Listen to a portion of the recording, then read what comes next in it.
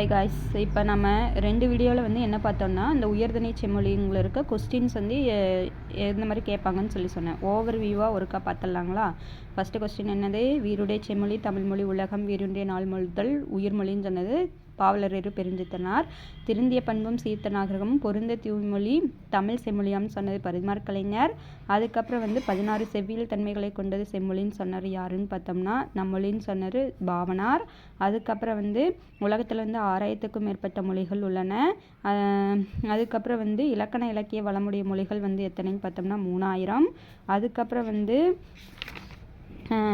கடல் கோளால் கொல்லப்பட்ட பழந்தமிழ் குமரி கண்டம் லெமோரிய கண்டம் எதுன்னு பார்த்தா லெமோரிய கண்டம். கடல் கோளால் கொல்லப்பட்ட பழந்தமிழ் குமரி கண்டம் எதுன்னு பார்த்தோம்னா லெமோரிய கண்டம். 11 தகுதி கோட்பாடுகளை சொன்னவர் யாருன்னு பார்த்தோம்னா முஸ்தபா. முதல் மாந்தன் தோன்றிய இடம் வந்து எதுன்னு பார்த்தோம்னா குமரி கண்டம். அவன் பேசிய மொழி வந்து எதுன்னு பார்த்தோம்னா தமிழ். அதுக்கப்புறம் வந்து முதல் இடை தமிழ் சங்கங்கள் வந்து எங்கே அமைச்சாங்கன்னு பார்த்தோம்னா லெமோரிய கண்டம். 3வது தமிழ்ச்சங்கம் வந்து மதுரையில் தோற்றுவிக்கப்பட்டது. என்றுமுள்ள தென் தமிழ்னு சொன்னது வந்து கம்பர். அதுக்கப்புறம் வந்து இங்கே வருவோம். கன்னடம் தெலுங்கு மலையாளம் துளுவம் முதலிய மொழிகளுக்கும் வந்து தாய்மொழியாக திகழ்கிறது எதுன்னு பார்த்தோம்னா தமிழ். அதுக்கப்புறம் பிராகுயி முதலான வடபுல மொழிகளுக்கும் தாய்மொழியாக விளங்குவது எதுன்னு பார்த்தோம்னா தமிழ் அப்படின்னு சொன்னவர் யாருன்னு பார்த்தோம்னா கால்டுவெல்.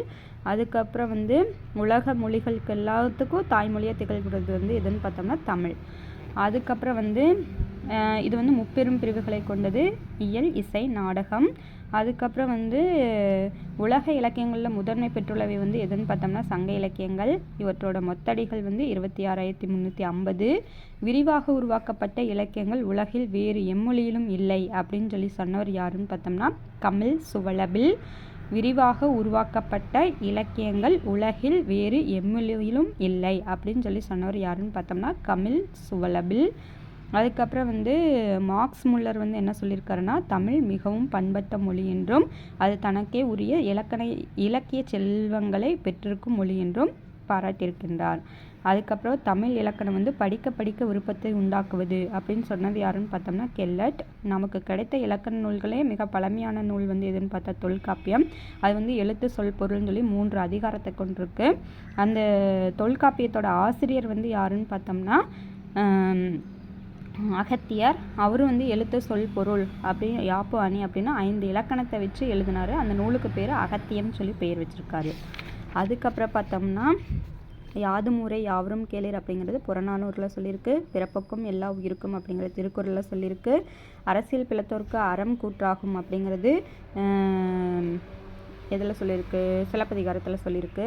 அப்புறம் இன்றைய மொழியியல் வல்லுநர்கள் பேணி பின்பற்ற வழிமுறைகளை தொல்காப்பியம் கூறுகின்றது அப்படின்னு சொன்னவர் யாருன்னு பார்த்தோம்னா முனைவர் எமினோ.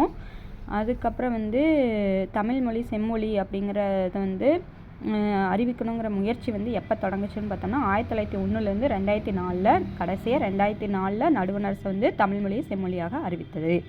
அதுக்கப்புறம் புக் பேக் வந்து ஒருக்கா வாசிக்கலாம். தமிழர் வாழ்வை வந்து டேஸ் டேஸ் என பிரித்தனர் அப்படின்னா அகம்புறம்.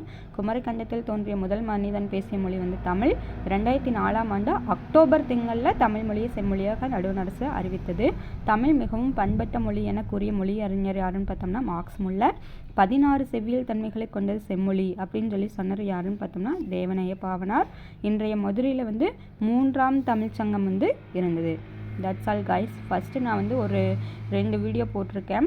அது ஒருக்கா ரிவிஷன் மாதிரி பார்த்துக்கோங்க. பார்த்துட்டு இது ஒரு ஃபுல் ரிவிஷன் மாதிரி வச்சிங்கன்னா கண்டிப்பாக இந்த லெசன்லேருந்து எந்த ஒரு கொஸ்டினுமே மிஸ் ஆகாது. நீங்கள் இதை பார்த்துக்கோங்க. தேங்க்யூ.